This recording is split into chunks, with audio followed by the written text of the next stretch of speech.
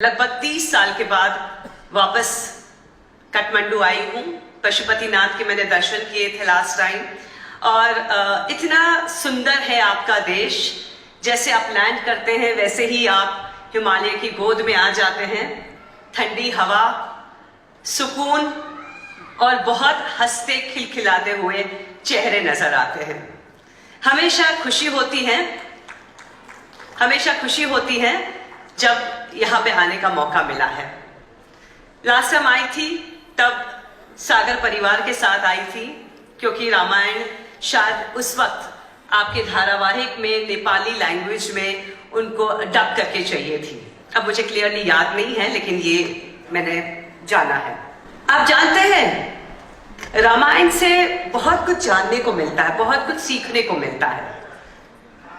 राम जी से ये जानना मिलता है कि वो एक बहुत आदर्श और बहुत ही अच्छे पुत्र रहे हैं, बहुत अच्छे भाई रहे हैं और पति भी रहे हैं।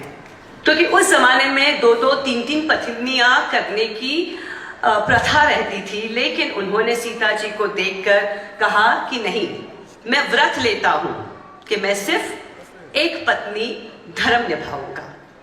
ये जो उन्होंने अपने जीवन में सबको कुछ न कुछ उपदेश दिया है। हर रोज कोई न कोई एक ऐसी बात होती थी रामायण में कि आपको उससे सीख मिलती है। वो सीख आपको शायद लक्ष्मण जी से मिलती है, भरत से मिलती है, कहीं ना कहीं कौशल्या मां से मिलती है। कोई एक पात्र रामायण का ऐसा नहीं है जो आपको सिखा कर नहीं जाता है। इसलिए कहते हैं घर घर में रामायण, और वो घर जो रामायण की नीति कुछ अपनाता है वो घर में राम बसता है, नारायण बसता है।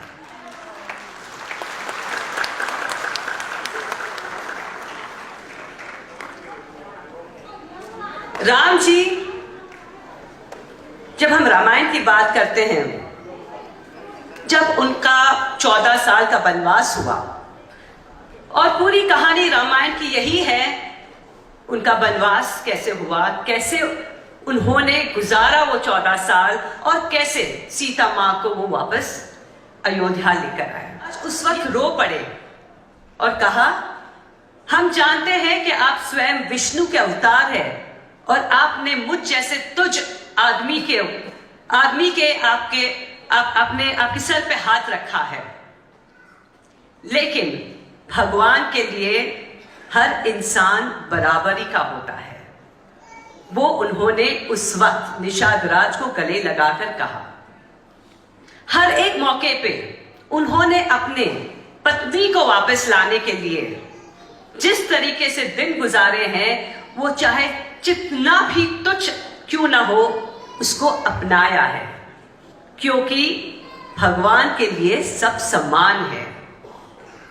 शबरी जैसी बूढ़ी औरत जो सिर्फ भक्ति में थी, वो राम जी के लिए इंतजार कर रही थी, अपेक्षा कर रही थी कि कब राम जी आएंगे। उनका प्यार देखिए, उनकी भक्ति देखिए। झूठे बेर खिलाए राम जी को, प्रभु को खिलाए, राम जी को खिलाए।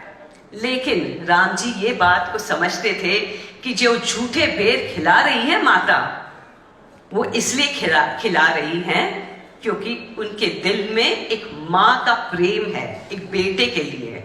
और वो जानती थी कि उनका जो बेटा बेर खाने वाला है वो स्वयं विष्णु भगवान है। आगे चल के राम जी ने सुग्रीव की मदद ली, जो है तो वानर ही। भालू की मदद ली, उन्होंने पशु पक्षी की मदद ली। तो ये क्या सिखाता है हमें? ये हमें ये बात सिखाता है, वासुदेव कुटुंबकम। ये जो संसार है ये एक परिवार है, और इसमें हर एक इंसान, हर एक जानवर, हर एक पक्षी का एक रोल होता है, एक कैरेक्टर होता है जिसको अभिनय करना पड़ता है उनको।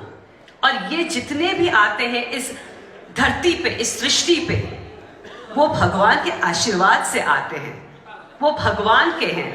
आज आप और मैं, हम सब उनके चाहते लोग हैं और हमें इस परिवार को एक करना है। आपको क्या लगता है भगवान ने हमें क्यों भेजा है?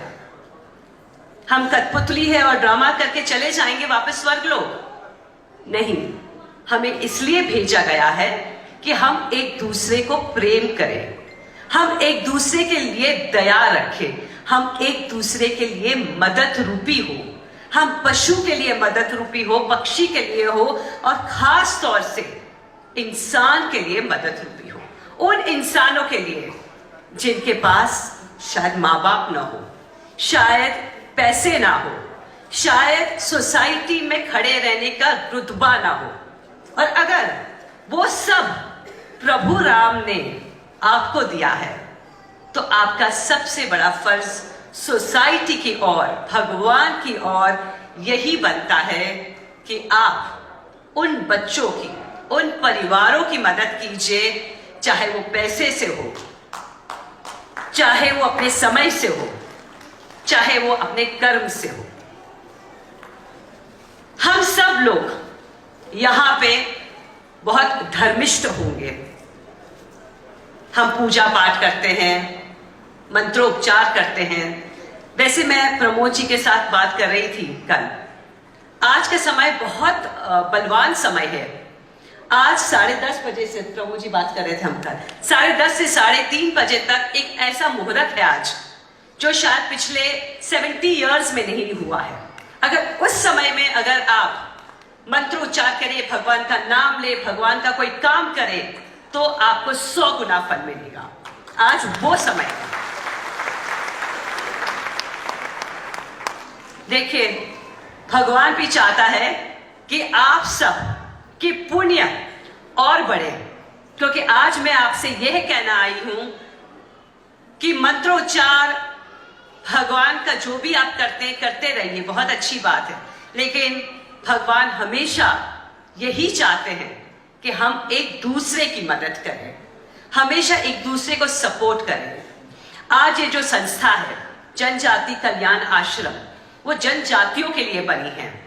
ये बहुत उम्दा काम कर रहे हैं, मैंने सुना 21 साल से हैं, और पिछले 9 सालों में तो उन्होंने बहुत आगे चल के बच्चों की मदद की है। तो आज इस स्टेज पर, इस मंच पर, अगर मैं मुंबई से इतनी दूर से आई हूं, तो मैं आप सबसे ये निवेदन करना चाहती हूं कि मेरी ये ट्रिप सफल रहे, आपकी यहां आने का ट्रिप सफल रहे, और इन बच्चों के लिए आप जरूर कुछ ऐसा महान काम कर दीजिए ताकि जो आप एक एक करके बच्चे अडॉप्ट कर रहे हैं, मैं कहती हूं हर महीने का एक बच्चा अडॉप्ट कर लीजिए, 12 महीने के 12 बच्चे अडॉप्ट कर लीजिए। ये पुण्य सिर्फ आपको नहीं काम आएगा, आपके खुद के बच्चों को भी काम आएगा। भगवान हमेशा ये कहते हैं कि 3 प्रकार के योग होते हैं, एक होता है तामसी, एक होता है राजसी और एक होता है सात्विक। तो ये जो 3 प्रकार के जो योग होते हैं, तामसी योग वो होता है जब हम खाए पिए मजाक करें और खत्म हो गया।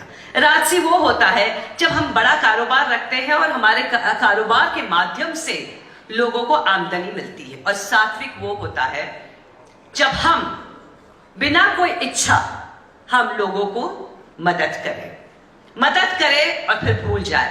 कहते हैं ना, एक हाथ से दो और फिर दूसरे हाथ को पता भी ना चले, वो होता है सात्विक। मैं यही विनती करूंगी कि आप सब अपना जीवन सात्विक करिए, क्योंकि अगर आप सात्विक नहीं होते तो शायद आज आप मेरे सामने उपस्थित नहीं होते। इसी खुशी के साथ, इसी विनती के साथ मैं आपसे